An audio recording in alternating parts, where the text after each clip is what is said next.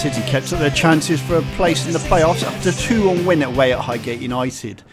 City welcomed Bakir Halil back into the starting lineup, and there was a new addition to the squad with Jude Hill joining from Kidderminster Harriers. With City boss Tim Harris away, Craig Jones joined Mike Fowler to take charge of the City team. After a fairly even start, City had the first opportunity after 10 minutes when Ben Tilbury took aim from the edge of the box.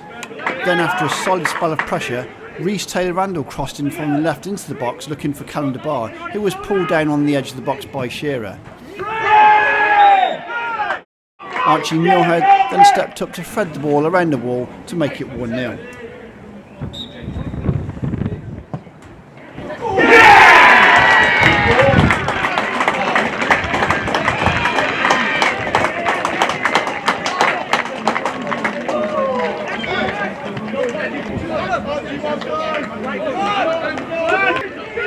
Two minutes later, City almost added a second. Good work from Callum DeBar and Bakir Halil saw the latter pick out Archie Muirhead at the front post, but his effort went agonisingly wide.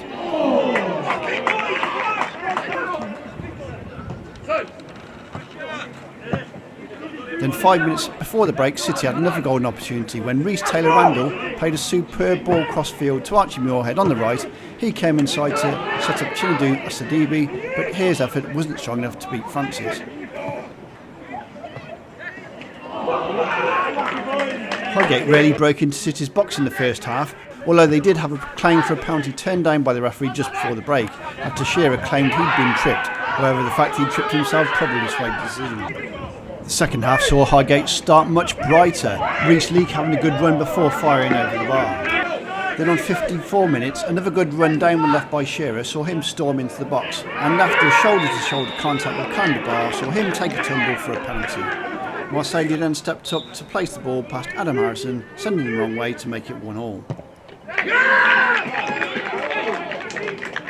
Chisholm then had a good opportunity for Highgate after Policiano whipped in a free kick from the left, but his header wasn't strong enough to beat Adam Harrison.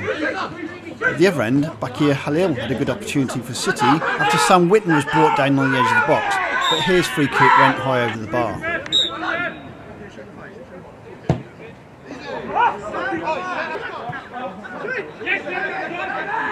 In the very next passage of play, Highgate pressed forward, but the City defence stood strong and eventually Fortune Rafosa launched the ball forward from just inside the box, deep into the Highgate half.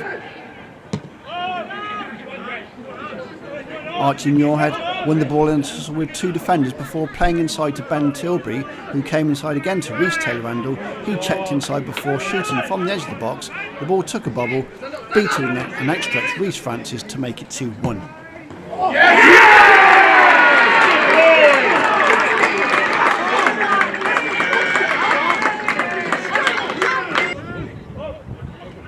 Highgate then forced City back with a good spell of pressure, with City coming forward on the odd break, with Archie Muirhead being one of the main threats for City coming through the middle.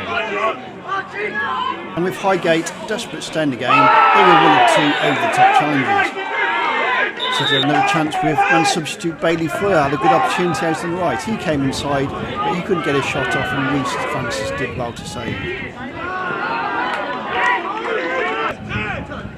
With the clock winding down, Rhys Taylor-Randall had another good dinking run beating the defence, but he was unable to get a good strike on the ball.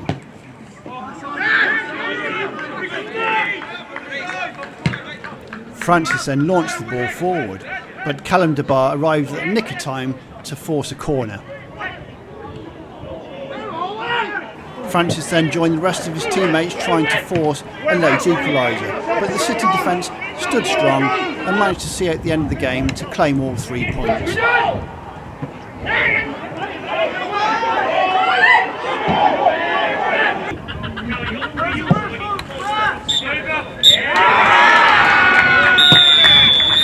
The win leaves City in 5th place with 45 points from 26 games. Say